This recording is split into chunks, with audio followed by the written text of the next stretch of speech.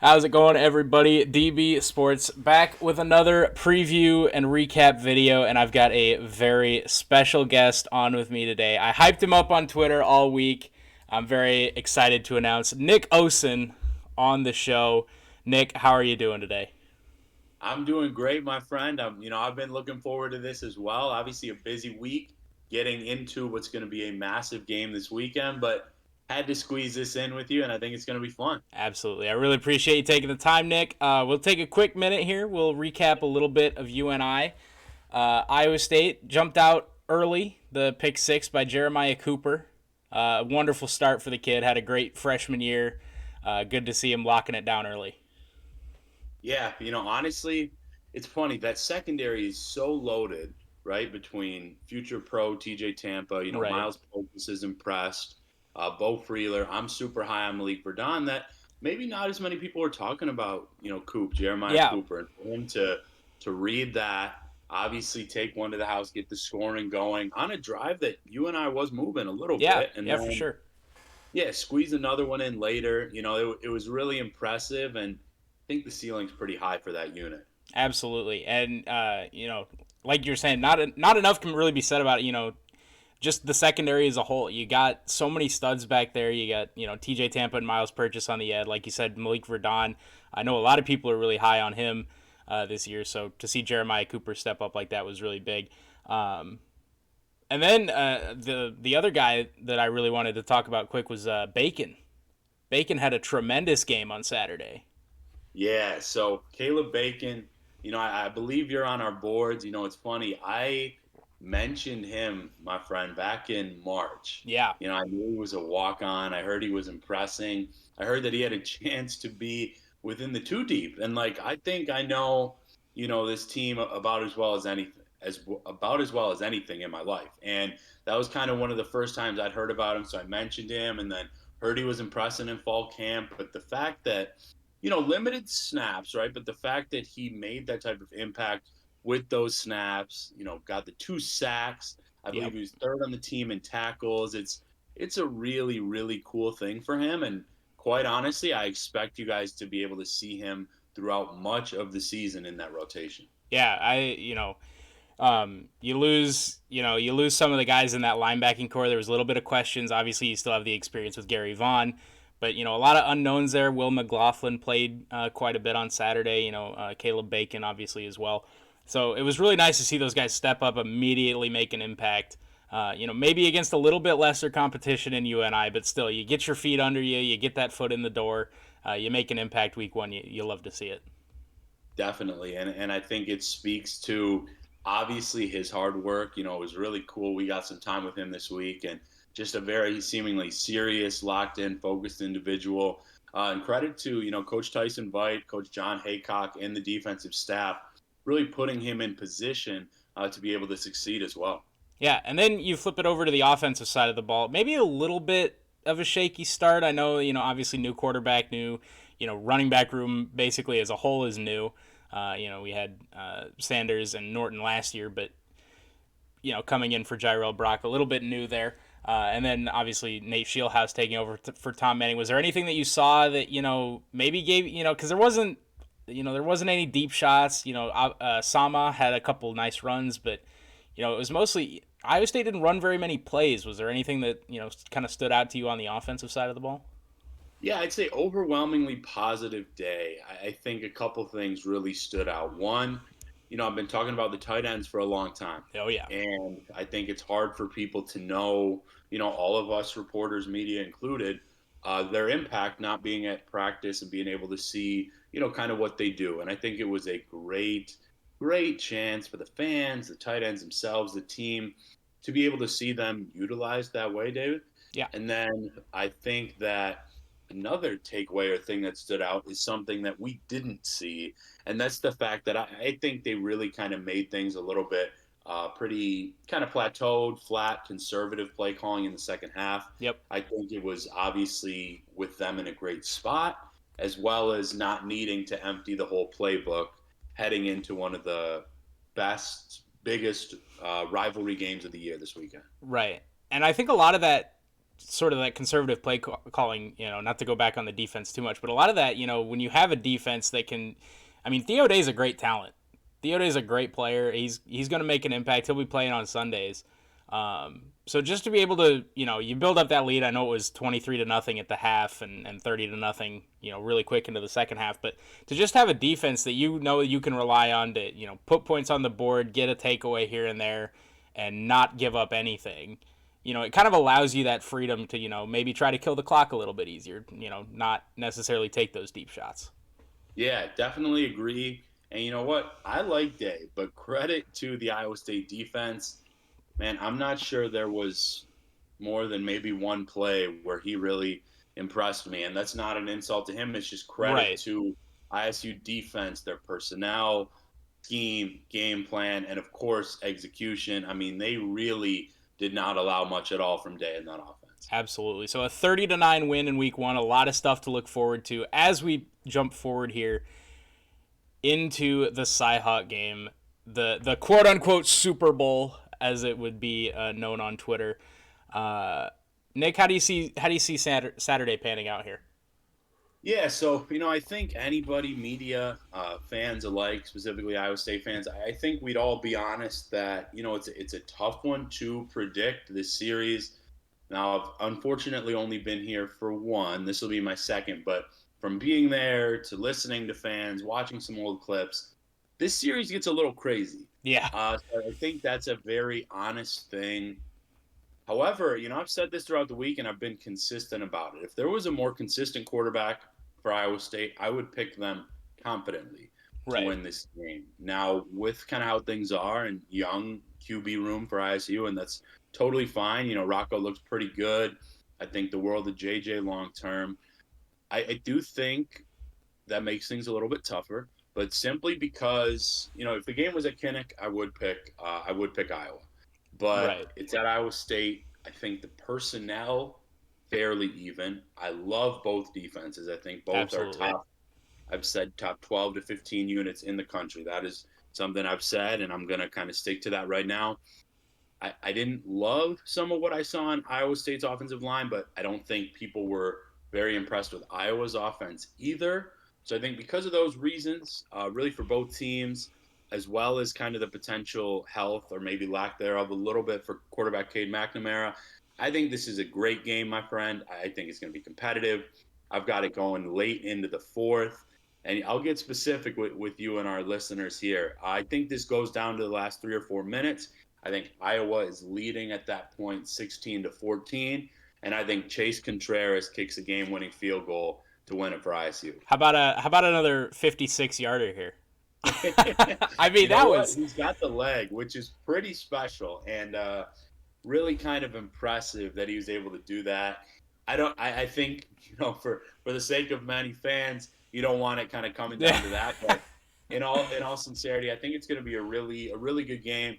I can't wait to be there. That's going to be one of my last kind of things and opportunities here. And I think that, yeah, it's going to be fantastic. I've said this. The only thing that would surprise me is if either team wins by double digits. Otherwise, I see it being a really, really good game.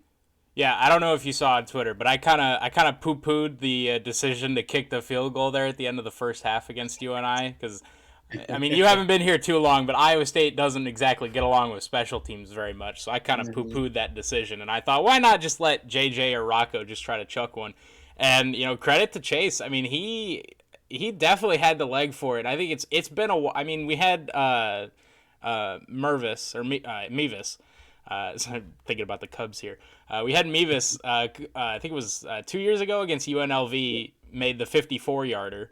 But that was, indoors in a controlled environment. So, to see Chase absolutely drill that 56-yarder, I mean, that was something special. So maybe he'll get to show off the leg here, like you said, at the end of the game, and maybe not. Maybe we'll hopefully have it under control before the last 3 or 4 minutes. But, yeah, I mean, I think, to me at least one of the big things is last year against Iowa, it kind of felt like Iowa State was controlling the game, which is not something that normally happens against Iowa, but there were a couple just critical, not to rag on the guy, but, Decker's had a couple just big mistakes, and I didn't really see that from Rocco against UNI. Now, again, Iowa's defense kind of known for forcing turnovers and that. But 10 of 13 didn't do too much with the ball. Kind of make that comparison to Brock Purdy with the Niners. He didn't put the ball in harm's way, Mhm. took the checkdowns while they were available. What do you think about Rocco against Iowa's defense here? Yeah, so I think you make a really good point. Deckers, I loved his talent. I really did. I think that he would tend to, kind of force things sometimes, or he had the arm talent. I mean, I'm not always against somebody doing that, but with Rocco, I think it really is important. Kind of his poise, his confidence, how he approaches the game. I mean, he's been around the game obviously his whole life, growing up in like a football family. I think that Iowa, I mean, what they do, like you mentioned, is force turnovers. Right. They're not necessarily, not saying they don't do these things, but they're not necessarily known for crazy amount of sacks or anything like that. Like they're built to kind of make things ugly, specifically in that back 6 or 7 tip balls, and obviously be ready to scoop them up for picks. That's why they send so many DBs really to the NFL, and they do a nice job with that. I don't think Rocco going to force things too much. But I will also say this: if too much is on his shoulders, like we saw at times for Deckers last season, I could be a little concerned because as highly as I think of some of these weapons for Iowa State, and I really do, Sama, Jaden, Jalen, some of those tight ends, like I'm really impressed.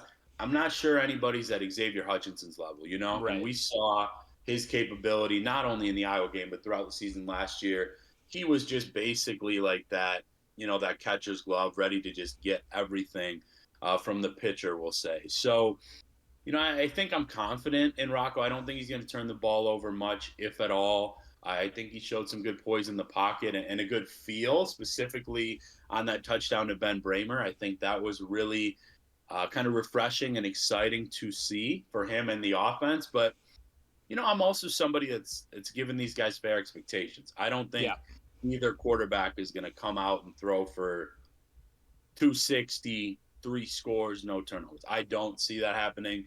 I think it's going to be a low scoring game. I believe the over under numbers around like 36. I Yeah. could see it going under, and that's more a compliment to these defenses than not so much the offenses. Yeah, I think that is I think you're spot on.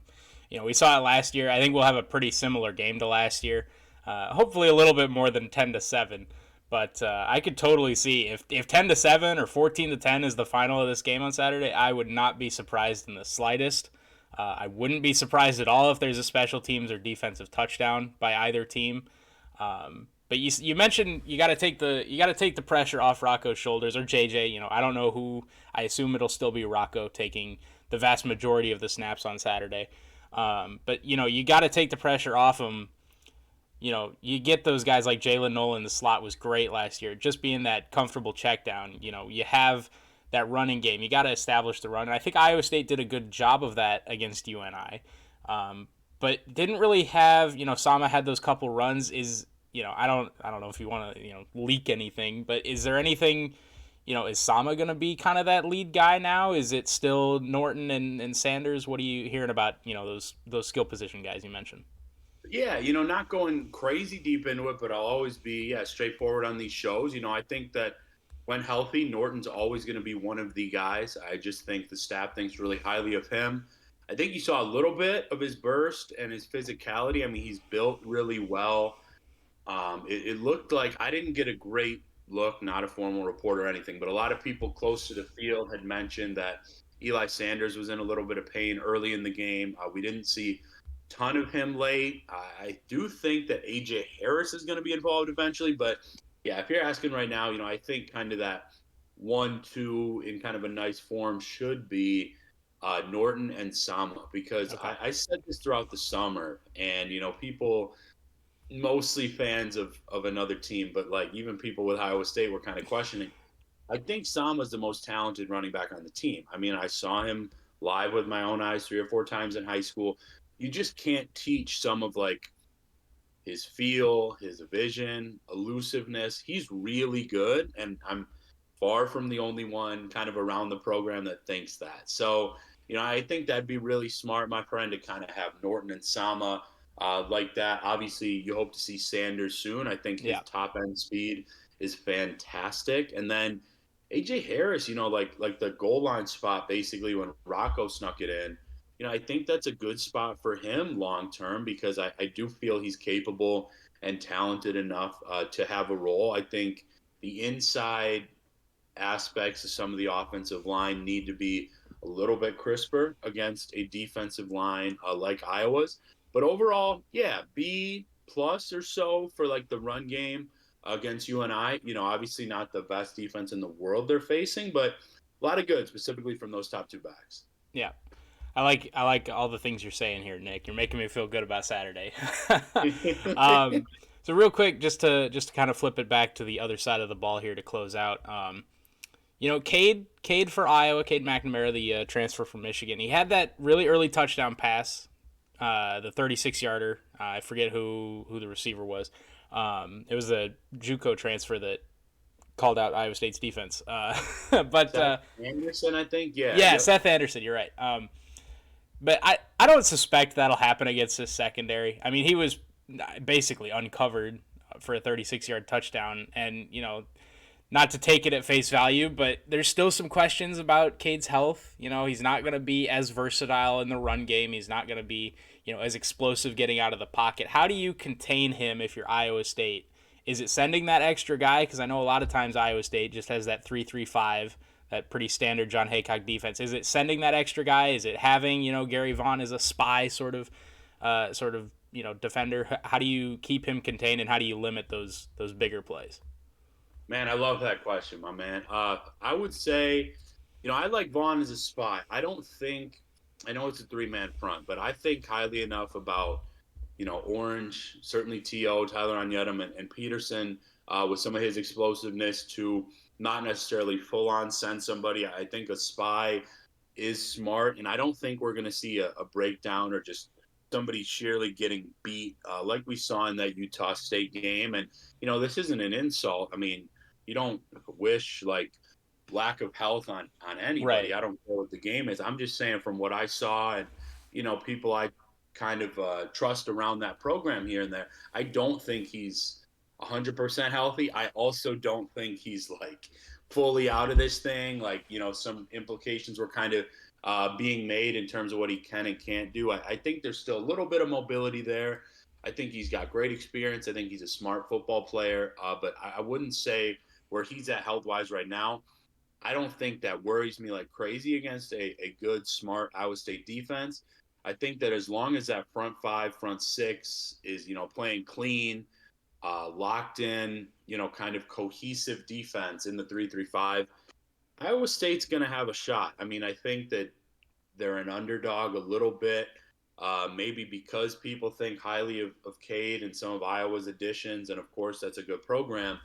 But I'm telling you, I think this goes down to the last few minutes, and I think there's a reason that there's maybe not a ton of overwhelming confidence from either side. I think this is Right. going to, in terms of just media, not the actual teams, but I think that both teams have a really good shot, and I think this is a game that's going to be played within one possession.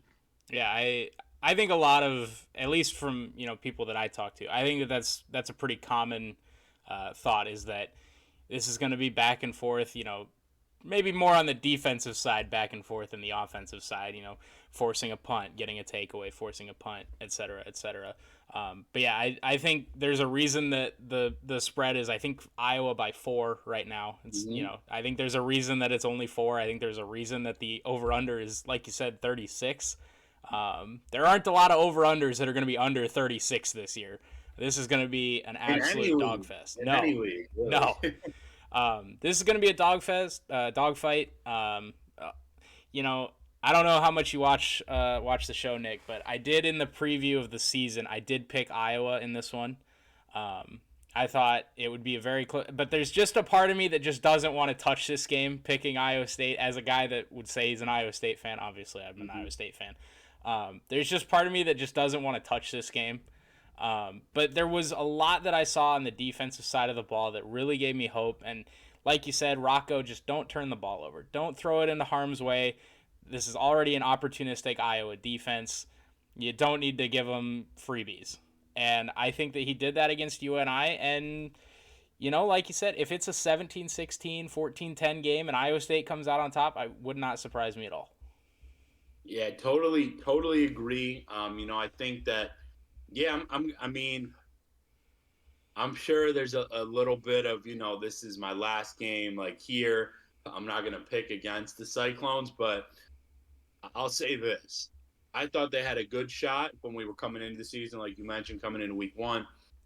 And, I'm higher on this team than a lot of people. I think this is a bowl team pretty comfortably in my eyes. And just because, I don't think Cade is healthy. I don't think Iowa's offense is very explosive either. Not saying Iowa State's is, but I do think that there's a little bit of a confidence after last season. I think this is going to be a really close game. And frankly, physically, the physicality, I think Iowa State has leveled up a little bit when compared to last season. It's at home.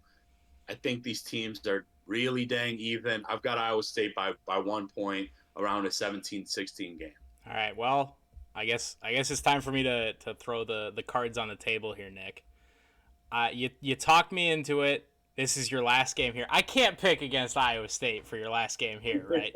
Surely I can't do that. You know what? Yeah, give me the Cyclones. I was 1 point off in my Iowa State UNI prediction, so hopefully that leads true here. Give me 14-10. I like a low scoring game. I think it comes up. Iowa's driving late to try to take the win. 14-10 Iowa State, and somebody on that defense makes a play, whether it's, like you said, Onyedem, Orange, and Peterson up front, or somebody in that secondary, loaded secondary, TJ Tampa, Miles Purchase. Bo Freeler, we haven't even really talked about on this show, but, I mean, he's still back there. He's still a guy that's going to light you up and make a play. So, yeah, give me Iowa State 14-10 in the Nick Osen finale. Give me the Cyclones. I love it, man. We should kind of pump it as that as well. There's going to be a lot going on. I'm really excited. I'm grateful to have been here, to be jumping on the show. Absolutely loved my time. I hope, people and your listeners know that. I'll have to go back. It's been a busy week, but I'll have to see kind of some of your hinting tweets. That's pretty cool. And, thanks so much for having me on. Yeah. I think we're going to get a great, fun game on Saturday. Well, Nick, we wish you all the best moving forward. You're headed to, I believe, Wisconsin. Yes, sir. So you'll still be covering a team that Iowa will be playing. So yeah. we love to keep that side of the spectrum. But yeah, Nick, like I said, thank you so much for all you did for Cyclone Nation. Thank you for coming on to the show. Do you have any final words for everybody? No, this was a blast. I'll still be working through the weekend, making my transition in the next week and a half or so. And, I will not be a stranger to Cyclone Nation, and I hope they feel the same way. Thank you so much. All right, appreciate it. Thank you, Nick. Thank you, everybody, for listening and watching. If you enjoyed, be sure to comment. Thank you, Nick. Leave that comment down below if you enjoyed the show. And that's going to do it for me, and we'll see you guys next time. Peace out.